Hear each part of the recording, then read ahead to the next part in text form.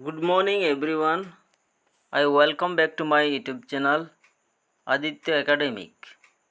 आज आम आलोचना करिबा +3 सेकेंड ईयर आर्ट्स रो political science honours semester 3 core paper VI introduction to public administration एहार unit 1 public administration as a discipline एक विषय वस्तु भावे लोक प्रशासन आज आम आलोचना करिबा। ठीक अच्छे ताहले डेरी नगरी आम क्लासटा को आरंभ करदबा।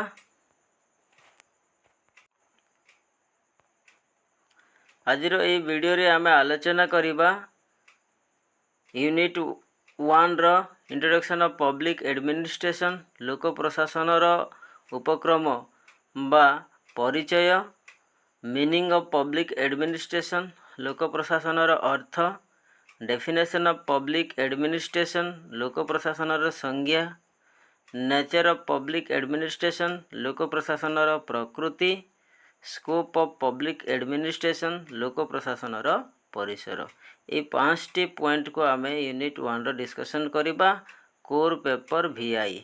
ठीक अच्छी आपणकर स्क्रीन सामने वर्तमान विषय वस्तु आसंतु पढ़िबा बुझिबा और जानिबा।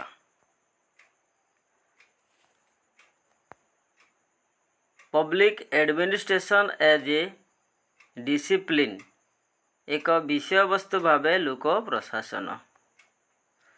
मनुष्य एक सामाजिक प्राणी। मनुष्यर कार्यकलाप द्वारा समाज संगठित और परिचालित हुए। एक सुस्थ समाज राष्ट्र गठन रे सहायक होता है। सर्वविध लोकंकर अनेक क्षेत्र रे कल्याण करने को जाई विशेषतः सामाजिक अर्थनैतिक सांस्कृतिक राजनैतिक आवश्यकता पूरण करिबा पई केतेक दक्षतायुक्त अनुष्ठान गुड़िकर गुरुत्व रही। पृथ्वीर सबु वर्गर राष्ट्र माने लोक प्रशासन को गुरुत्व प्रदान करने सहित जनसाधारणकर सामूहिक सामग्रिक विकास निमंते उद्यम करुछंती। देखंतु मनुष्य हेउछि एक सामाजिक प्राणी जे समाज बिना बंची पारे नाही और जे समाज बिना बंची पारे हुए तो से देवता किंबा कोनोसी डेविल्स बा कोनोसी आत्मा हेई थाए। तेणु मनुष्यर जेते भी कार्यकलाप अछि प्रत्येक कार्यकलाप द्वारा समाज संगठित होगा सहित तार परिचालित मध्य होता है और एक सुस्थ समाज राष्ट्र गठन रे सहायक होता है। जितेबाला आम कौन गोटे राष्ट्र गठन करवा से राष्ट्र गठन रे एक सुस्थ समाज सहायक होता है। सर्वविध लोकंकर अनेक क्षेत्र रे कल्याण करने को जाई विशेषतः आम देखा लोकंकर विभिन्न क्षेत्र ताहा सामाजिक क्षेत्र हो अर्थनैतिक क्षेत्र हो सांस्कृतिक क्षेत्र हो किंबा राजनैतिक क्षेत्र हो यही क्षेत्र गुड़िकर विभिन्न आवश्यकता अच्छी लोकंकर ये विभिन्न आवश्यकता को पूर्ण करने केतेक दक्षतायुक्त अनुष्ठान गुड़िकर निश्चित रूपे गुरुत्व रही। आ पृथ्वीर सबु वर्गर राष्ट्र माने खास करी लोक प्रशासन को विशेष भाव में गुरुत्व प्रदान करुछंती। ता सहित जनसाधारण मानकर जो सामूहिक बा सामग्रिक विकास अच्छी से मध्य से माने उद्यम करुछंती। ए थिला आपणकर पब्लिक एडमिनिस्ट्रेशन बा लोक प्रशासन रो परिचय। वर्तमान बुझिबा लोक प्रशासन रो अर्थ कौन। जो प्रशासन अच्छी से प्रशासन शब्दटी दुईटी लाटिन शब्द रु आसी अछि। प्रथमटी एडी और द्वितीयटी मिनिस्टर। आमे जହାର आक्षरिक अर्थ रे कहि परिबा बा जହାର अर्थ हेउची लोक मानकर सेवा करिबा। यह एक परिचालना प्रणाली अटे जहा कि प्रत्येक प्रकार संगठन रे परिदृश्य हुए। तेणु प्रशासन रो अर्थ आमे कहि परिबा परिचालना निर्देश बा सेवा अटे। एथिला आपणकर पब्लिक एडमिनिस्ट्रेशन रो मीनिंग जହାର अर्थ आमे आलोचना कले। वर्तमान देखिबा एही प्रशासन उपरे LD व्हाइट को मत कौन।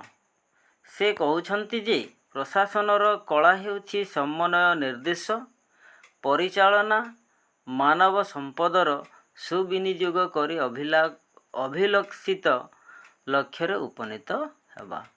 ଏଲ୍.ଡି. କହୁଛନ୍ତି ପ୍ରଶାସନ ହେଉଛି ଗୋଟିଏ ସମନ୍ୱିତ କଳା, ଗୋଟିଏ କଳା ଯାହାର ସମନ୍ୱୟ, ନିର୍ଦ୍ଦେଶ, ପରିଚାଳନା, ମାନବ ସମ୍ପଦର ସୁବିନିଯୋଗ କରିବା ଅଭିଲଷିତ ଲକ୍ଷ୍ୟରେ ଉପନୀତ ହେବା।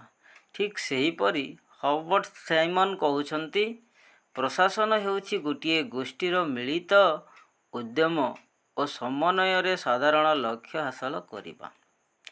ଆସନ୍ତୁ ଦେଖିବା ପ୍ରଶାସନର ଡେଫିନେସନ୍, ଲୋକ ପ୍ରଶାସନର ସଂଜ୍ଞା। ପୁଣି ଥରେ ସେଇ ଏଲ୍.ଡି. ହ୍ୱାଇଟ୍ ଯେଉଁ ଆମର ଫିଲୋସଫର ଅଛନ୍ତି, ଦାର୍ଶନିକ, ସେ ତାଙ୍କ ମତରେ ଲୋକ ପ୍ରଶାସନ ହେଉଛି ନୀତି ନିର୍ଦ୍ଧାରଣ ଓ ନୀତି ରୂପାୟନରେ ଏକ ସାହାଯ୍ୟ କାର୍ଯ୍ୟ। ତାଙ୍କ ମତରେ ଲୋକ ପ୍ରଶାସନ ହେଉଛି ନୀତି ନିୟମ ତିଆରି କରିବା ଏବଂ ସେହି ନୀତି ନିୟମକୁ କାର୍ଯ୍ୟ କରି ଏକ ସଫଳ ରୂପାୟନ ପ୍ରସ୍ତୁତ କରିବା, ଏକ ସାମୂହିକ କାର୍ଯ୍ୟ କରିବା ହେଉଛି ଲୋକ ପ୍ରଶାସନ। ଠିକ୍ ସେହିଭଳି ଅନ୍ୟ ଏକ ଦାର୍ଶନିକ ଉଡ୍ରୋ ୱିଲସନ୍ କହିଛନ୍ତି ଯେ ଲୋକ ପ୍ରଶାସନ ହେଉଛି ସର୍ବସାଧାରଣଙ୍କ ପାଇଁ ଉଦ୍ଦିଷ୍ଟ ଆଇନର ଶୃଙ୍ଖଳାଗତ ପ୍ରୟୋଗ ତଥା ପ୍ରତ୍ୟେକ ଆଇନର ପୁଙ୍ଖାନୁପୁଙ୍ଖ ଅନୁଶୀଳନ। ତାଙ୍କ ମତରେ ଲୋକ ପ୍ରଶାସନ ହେଉଛି ସମସ୍ତଙ୍କ ପାଇଁ, ସମସ୍ତ ଲୋକଙ୍କର ପାଇଁ ଉଦ୍ଦିଷ୍ଟ ହୋଇଥିବା ଏକ ଆଇନର ଶୃଙ୍ଖଳାଗତ ପ୍ରୟୋଗ, ଯାହାଦ୍ୱାରା ପ୍ରତ୍ୟେକ ଆଇନର ପୁଙ୍ଖାନୁପୁଙ୍ଖନ ଅନୁଶୀଳନ କରାଯାଇଥାଏ। ଏ ଥିଲା ଆପଣଙ୍କର ଲୋକ ପ୍ରଶାସନର ସଂଜ୍ଞା। ବର୍ତ୍ତମାନ ଆଲୋଚନା କରିବା ଲୋକ ପ୍ରଶାସନର ପ୍ରକୃତି ବା ନେଚର ଅଫ୍ ପବ୍ଲିକ୍ ଆଡମିନିଷ୍ଟ୍ରେସନ୍। ତା'ର ଆପଣଙ୍କର ଦୁଇଟି ଦୃଷ୍ଟିଭଙ୍ଗୀ ରହିଛି। ସେଥିମଧ୍ୟରୁ ପ୍ରଥମଟି ଆମେ ଆଲୋଚନା କରିବା ଏକକ ଦୃଷ୍ଟିଭଙ୍ଗୀ, ଇଣ୍ଟିଗ୍ରାଲ ଭ୍ୟୁ ବୋଲି କୁହାଯାଏ। ଏହା କେବଳ ପରିଚାଳନାଗତ ଓ ବୈଷୟିକ ବିଷୟବସ୍ତୁକୁ ଆଲୋଚନା କରେ ନାହିଁ, ବରଂ ଅମଳା ତଥା ସମସ୍ତ ପଦାଧିକାରୀଙ୍କ କାର୍ଯ୍ୟ ବିଭାଗର ଦୃଷ୍ଟିପାତ କରିଥାଏ। ଆପଣଙ୍କର ଯେଉଁ ରହିଛି ପବ୍ଲିକ୍ ଆଡମିନିଷ୍ଟ୍ରେସନ୍ ବା ଲୋକ ପ୍ରଶାସନ, ଏହା କେବଳ ପରିଚାଳନାଗତ ଓ ବୈଷୟିକ ବସ୍ତୁକୁ ଆଲୋଚନା କରେ ନାହିଁ, ଏପରିକି ଅମଳାତନ୍ତ୍ର ବା ସମସ୍ତ ଯେଉଁ ପଦାଧିକାରୀ ଅଛନ୍ତି ତାଙ୍କର କାର୍ଯ୍ୟ ବିଭାଗ ଗୁଡ଼ିକୁ ମଧ୍ୟ ଦୃଷ୍ଟିପାତ କରିଥାଏ। ତେଣୁ ତଳସ୍ତରର ପିଅନ, କନେଷ୍ଟବଳ ଓ କିରାଣୀଠାରୁ ଆରମ୍ଭ କରି ଉପର ପାହ୍ୟାର ପୋଲିସ ମହାନିର୍ଦ୍ଦେଶକ ତଥା ମୁଖ୍ୟ ଶାସନ ସଚିବଙ୍କ ପର୍ଯ୍ୟନ୍ତ ସମସ୍ତ କର୍ମଚାରୀଙ୍କ କାର୍ଯ୍ୟଧାରା ଲୋକ ପ୍ରଶାସନର ସମନ୍ୱିତ ବିଚାରଧାରା ଅଟେ। ଆମେ ଯଦି ଲୋକ ପ୍ରଶାସନର ଅର୍ଥ କହିଲେ କେବଳ ଆମେ ସେ ପରିଚାଳନାଗତ ବୈଷୟିକ ବିଷୟବସ୍ତୁକୁ ଆମେ ବୁଝିବା ନାହିଁ। ଏଥିରେ ସଂଶ୍ଳିଷ୍ଟ ଥିବା ସମସ୍ତ ପଦାଧିକାରୀ ଛୋଟରୁ ବଡ଼ ପର୍ଯ୍ୟନ୍ତ, ନିମ୍ନରୁ ଉଚ୍ଚ ପର୍ଯ୍ୟନ୍ତ, ଯଥା ତଳ ସ୍ତରରେ ଯେଉଁ ରହୁଛନ୍ତି ପିଅନ, କନେଷ୍ଟବଳ, କିରାଣୀ, ଏହିମାନଙ୍କ ଠାରୁ ଆରମ୍ଭ କରି ଉଚ୍ଚସ୍ତର ଅଧିକାରୀ, ପୋଲିସ ବିଭାଗରେ ଦେଖିବେ ମହାନିର୍ଦ୍ଦେଶକ ତଥା ମୁଖ୍ୟ ଶାସନ ସଚିବଙ୍କ ପର୍ଯ୍ୟନ୍ତ ସମସ୍ତ କର୍ମଚାରୀଙ୍କ ଯେଉଁ କାର୍ଯ୍ୟଧାରା ରହିଛି ତାହା ଲୋକ ପ୍ରଶାସନର ସମନ୍ୱିତ ବିଚାରଧାରା ଅଟେ।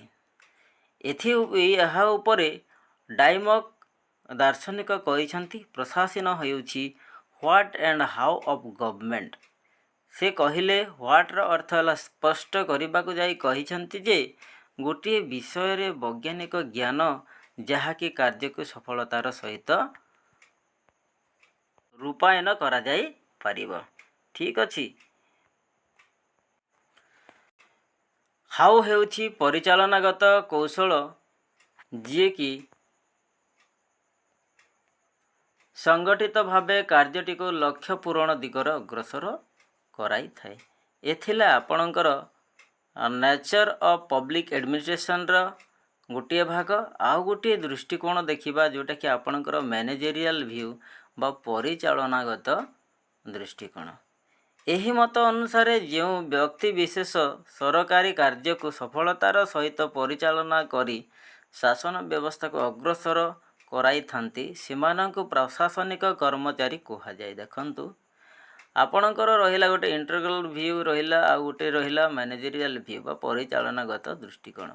ଏହି ଦୃଷ୍ଟିକୋଣରୁ ସାଧାରଣତଃ ଯେ ସରକାରୀ କାର୍ଯ୍ୟକୁ ସଫଳତାର ସହିତ ପରିଚାଳନା କରି ଶାସନ ବ୍ୟବସ୍ଥାକୁ ଅଗ୍ରସର କରିଥାନ୍ତି ସେମାନଙ୍କୁ ଆମେ କହିପାରିବା ପ୍ରଶାସନିକ କର୍ମଚାରୀ। ସେମାନଙ୍କର ଦକ୍ଷତା ଦ୍ୱାରା ସମସ୍ତ ଯୋଜନା କାର୍ଯ୍ୟକ୍ରମ ଅଭିପ୍ରେତ ଲକ୍ଷ୍ୟରେ ଉପନୀତ ହେବା ପାଇଁ ଗତି କରିଥାଏ। ଆଉ ଯେଉଁ ଆପଣଙ୍କର ରହିଲେ ପ୍ରଶାସନିକ କର୍ମଚାରୀମାନଙ୍କର ଦକ୍ଷତା ଦ୍ୱାରା ହିଁ ପ୍ରତ୍ୟେକ ଯୋଜନାର କାର୍ଯ୍ୟକାରିତା ହୋଇଥାଏ ଏବଂ କାର୍ଯ୍ୟକ୍ରମ ଗୁଡ଼ିକୁ ତା'ର ଅନିର୍ଦ୍ଦିଷ୍ଟ ଲକ୍ଷ୍ୟସ୍ଥଳରେ ପହଞ୍ଚିବାରେ ସେମାନଙ୍କର ସାହାଯ୍ୟ ବିଶେଷ ଭାବରେ ରହିଥାଏ। ଏଥିଲା ଆପଣଙ୍କର ଲୋକ ପ୍ରଶାସନର ପ୍ରକୃତି। ବର୍ତ୍ତମାନ ଟିକେ ଆଲୋଚନା କରିବା। ଆସନ୍ତୁ ଲୋକ ପ୍ରଶାସନର ପରିସର। ଠିକ୍ ଅଛି, ବା ଡିମେନସନ୍ ସ୍କୋପ୍ ଅଫ୍ ପବ୍ଲିକ୍ ଆଡମିନିଷ୍ଟ୍ରେସନ୍ ବୋଲି କୁହାଯାଏ। ଲୋକ ପ୍ରଶାସନ ସାଧାରଣ ଅର୍ଥରେ ଏକ ସକ୍ରିୟ କାର୍ଯ୍ୟପାଳିକା କ୍ଷମା କରିବେ ଲୋକ ପ୍ରଶାସନ ସାଧାରଣ ଅର୍ଥରେ ଏକ ସକ୍ରିୟ କାର୍ଯ୍ୟପାଳିକା। ବିଭିନ୍ନ ଲେଖକମାନେ ଭିନ୍ନ ଭିନ୍ନ ଅର୍ଥରେ ଲୋକ ପ୍ରଶାସନର ପରିସର ସମ୍ବନ୍ଧରେ ଉଲ୍ଲେଖ କରିଛନ୍ତି। ଆପଣଙ୍କର ଯେଉଁ ରହିଛି ଲୋକ ପ୍ରଶାସନର ସାଧାରଣ ଅର୍ଥ ଯଦି ଆମେ ଦେଖିବା, ଏହା ହେଉଛି ଏକ ସକ୍ରିୟ କାର୍ଯ୍ୟପାଳିକା ଯାହା ବିଭିନ୍ନ ଯେଉଁ ଲେଖକମାନେ ଭିନ୍ନ ଭିନ୍ନ ଅର୍ଥରେ ଲୋକ ପ୍ରଶାସନର ପରିସର ସମ୍ବନ୍ଧରେ ଉଲ୍ଲେଖ କରିଛନ୍ତି। ସେଥିରୁ ଆମେ ଦେଖିବା ଲୁଥର ଗୁଲିଗ ବୋଲି ଯିଏ ଅଛନ୍ତି, ତାଙ୍କ ମତରେ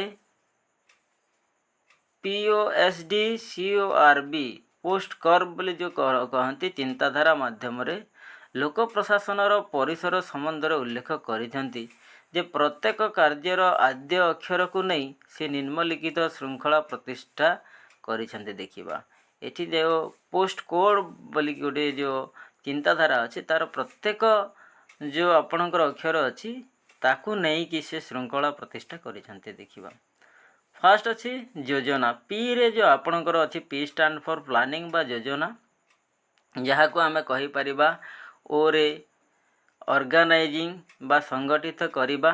ଠିକ୍ ସେହିପରି ଏସ୍ରେ ଷ୍ଟାଫିଂ କର୍ମଚାରୀ ନିଯୁକ୍ତି କରିବା। ଡିରେ ଡିରେକ୍ଟିଂ ନିର୍ଦ୍ଦେଶ ଦେବା।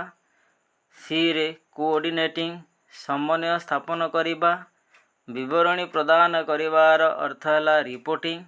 ଠିକ୍ ସେହିଭଳି ବିରେ ବଜେଟିଂ ଆୟ ବ୍ୟୟର ଅଟକଳ ପ୍ରସ୍ତୁତି କରିବା। ଏସବୁ ହେଉଛି ଲଥର ଗିଲିଙ୍କର ପରେ ଏସବୁ ଲଥର ଗିଲିଙ୍କର ଦ୍ୱାରା ବିଭିନ୍ନ ଯେଉଁ ଚିନ୍ତାଧାରା ଆପଣଙ୍କର ରହିଛି ପୋଷ୍ଟ କର୍ଭର ଅର୍ଥ ସେ ନିରୂପଣ କରିଛନ୍ତି। ବୁଝିପାରିଲେ? ତାଙ୍କ ପରେ ପରେ ଆମର ରହିଛନ୍ତି ଆପଣଙ୍କର ଫିଫ୍ନର ଯେଉଁ ରହିଛନ୍ତି, ତାଙ୍କ ମତରେ ଲୋକ ପ୍ରଶାସନକୁ ସେ ଦୁଇ ଭାଗରେ ବିଭକ୍ତ କରିଛନ୍ତି। ଗୋଟିଏ ହେଲା ଲୋକ ପ୍ରଶାସନର ନୀତି, ଆଉ ଗୋଟେ ହେଲା ଲୋକ ପ୍ରଶାସନର ପରିସର। ଆଉ ବୁଝିପାରିଲେ? ଏସବୁ ଥିଲା ଆପଣଙ୍କର ଲୋକ ପ୍ରଶାସନର introduction, meaning of public administration. ତାପରେ ଆସିଲା ଆପଣଙ୍କର nature of public administration, definition ପଢ଼ିଲେ, ଆଉ ସ୍କୋପ୍ ମଧ୍ୟ ଆମେ ଏହି ଭିଡ଼ିଓରେ ଆଲୋଚନା କଲେ। ଠିକ୍ ଅଛି, ମୁଁ ଆଶା କରୁଛି ଯଦି ଆପଣଙ୍କୁ ଏହି ଭିଡ଼ିଓଟି ଭଲ ଲାଗିଥାଇପାରେ ତାହେଲେ ନିଶ୍ଚିତ ରୂପେ ଭିଡ଼ିଓଟିକୁ ଲାଇକ୍ କରିବେ, ସେୟାର କରିବେ ଏବଂ ପୁଣି ଥରେ ରିକ୍ୱେଷ୍ଟ ରହିଲା ଅଧିକରୁ ଅଧିକ ଛାତ୍ରଛାତ୍ରୀମାନଙ୍କୁ ଯୋଡ଼ିବା ପାଇଁ ଭିଡ଼ିଓଟିକୁ ସେୟାର କରିବେ ଏବଂ ସବସ୍କ୍ରିପସନ୍ କରିବା ହେବେ। Thank you very much.